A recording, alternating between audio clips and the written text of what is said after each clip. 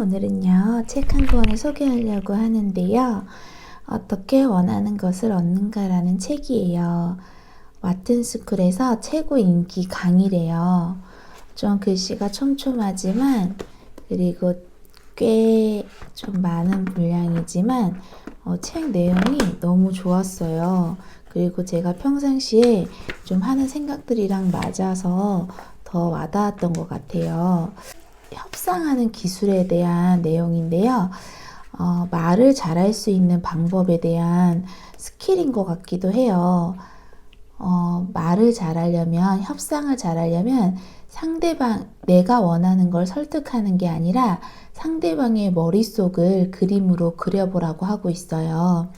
비행기를 놓쳤어요. 앞에서 승무원에게 100번 말해봤자 문이 열릴 리는 없어요. 그런데요, 가방을 툭 떨어뜨리면서 기장과 눈이 마주쳤대요. 그랬더니 기장이 문을 열어달라고 승무원에게 얘기했대요. 이런 실제적으로 내가 원하는 걸 얻는 방법에 대해서 강의를 듣는 사람들이 자신들이 시도했던 내용들에 대한 사례들도 많이 있었습니다. 상대방이랑 협상을 잘하려면 프레이밍을 잘해야 된다. 그리고 표준을 확인하라고 해요. 어떤 호텔이나 자기가 가지고 있는 그 기업의 가치에 대한 광고와 같이 자신들이 추구하는 표준이 있어요. 그러면 그 표준을 거론하면서 이야기하면 좀 더 잘 설득할 수 있다라는 거예요. 그리고요, 호텔에서 우리의 최상의 가치는 다시 찾아오는 고객을 만드는 겁니다. 그리고 최고의 서비스를 제시하겠습니다 라고 얘기를 했을 때, 이 호텔에서는 최고의 서비스를 제시하나요? 라고 프레이밍을 다시 한번 거론을 하는 거예요. 그리고 그 표준을 가지고 설득을 하는 거예요. 그러면 그 안에 화장실에 개미가 바글거리는 것까지 포함이 되어 있나요? 라고 이야기를 하면 자신의 표준을 거론했기 때문에 말을 번복할 수 없고 다시 협상을 하게 된다라는 거예요. 그리고요, 여기 책의 내용에서 상대방에게 손해를 주면 안 된다라고 이야기를 하고 있어요. 그리고 이 협상을 가지고 서로 신뢰할 수 있어야 된다라고 하기 때문에 충분하게 설득되는 내용들이었고, 좀 편안하고, 일상에서 이런 사람들이 많으면 정말 내 주변 지인들이 더 행복하고 이런 사람들이 더 늘었으면 좋겠다라고 생각을 하면서 읽었던 것 같아요. 그리고요, 저는 아이에 대한 이야기가 나오는 게 좀 더 의미가 있었는데요. 아이가 양치를 하기 싫어하면 양치는 하고 안 하고 할 수 없기 때문에 협상할 수 있는 기술은 아니지만 선택할 수 있도록 치약을 5가지를 정하는 거예요. 그래서 양치하기 싫어? 그럼 이 5개 중에 양치는 꼭 해야 되는데 어떤 걸 선택할 거야? 이렇게 얘기를 하면 아이들은 선택하면서 자연스럽게 하게 된다라는 거예요. 이미 협상이 이루어졌죠. 작은 일에 집착하지 말래요. 작은 일을 가지고 혼내면서 감정을 불태울 일이 없을 거라는 건데요. 나는 아이와 문제가 생기면 일단 내 잘못이라고 생각한다. 나는 자신을 책임질 수 있는 어른이기 때문이다. 아이들이 물건을 깨면 아이를 혼내기 전에 왜 아이를 잘 가르치지 못했는지 나를 자책한대요. 이건 저와 너무 비슷한 부분이고요. 그리고 이야기를 할 때도 애정을 자꾸 표현하래요.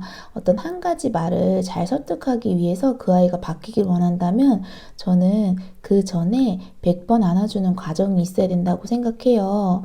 언젠간 아이에게 전할 메시지가 있을 텐데 학기 초부터 아니면 평상시에 많이 안아주거나 이거는 너가 던졌기 때문에 던지지 말았으면 좋겠어. 그런데 이런 방법이 있어. 이렇게 얘기를 할 때도 머리를 쓰다듬어 준다거나 귀 뒤로 넘겨준다거나 그러면서 너 정말 사랑스러워. 너는 정말 소중한 존재야 라고 느낄 수 있게 하면서 이야기를 하거든요. 그리고 밀가루를 쏟았어요. 이왕 쏟아진 거 놀면 너무 좋잖아요. 이게 오히려 아이를 크게 하고 부모님의 화를 다스리고 조금 더 깊이 아이를 발달시키는 시야를 갖게 하는데요.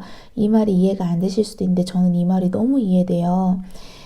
이런 바닥에 케이크를 만들려고 확 쏟아버린 거야? 이러면서 함께 웃으면서 청소하래요. 저랬으면 조금 더 놀다가 야 이왕 이렇게 된 거 놀아 에이 몰라 이렇게 하면 아이들은 밀가루 반죽을 막 만들어내다가 청소와 놀이를 동시에 끝내버려요. 어른들도 때때로 물건을 떨어뜨리잖아요. 너무나 당연한 일이에요. 아이에게만 기준을 높이지 말았으면 좋겠어요. 그리고 축구를 갔는데 아이가 갑자기 울음을 터뜨리더래요. 그래서 그 아이 머릿속으로 알기 위해서 이야기를 충분히 나눠보니 그 아이가 경기에서 질까봐 사람들이 또 자기를 쳐다볼까봐 자신이 실수를 할까봐 두려워하고 있었대요. 전혀 걱정할 필요 없어 이렇게 말했는데도 계속 울길래 아무도 없는 옆 경기장에서 아빠와 둘이서 축구할래? 이렇게 했더니 아이는 기쁘게 동의했고 아이와 둘이서 축구를 하는 동안 아이는 자신감을 얻었고 경기를 하는 동안 또 골을 여러 번 넣기도 했고 또 즐거운 시간을 아빠의 배려 덕분에 보내면서 자신감을 키운 거래요. 근데 이 말 한마디가 아이에게 긴장을 잊을 만큼 몰입으로 돌려버린 거예요.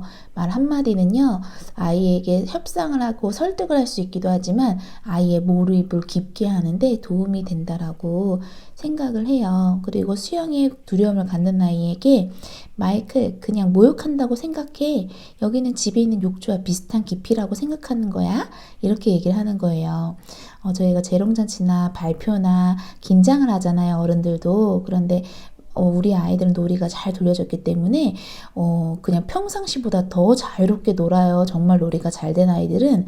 그런데 만에 하나 긴장을 하거나 긴장한 어른이 있다면요.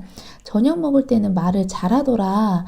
저녁 식사 자리라고 생각해 보는 거야. 이 말 한마디가 굉장히 큰 자신감이 되고 진짜 상상을 하면 내 스스로도 긴장감을 해소하는 이야기가 된대요.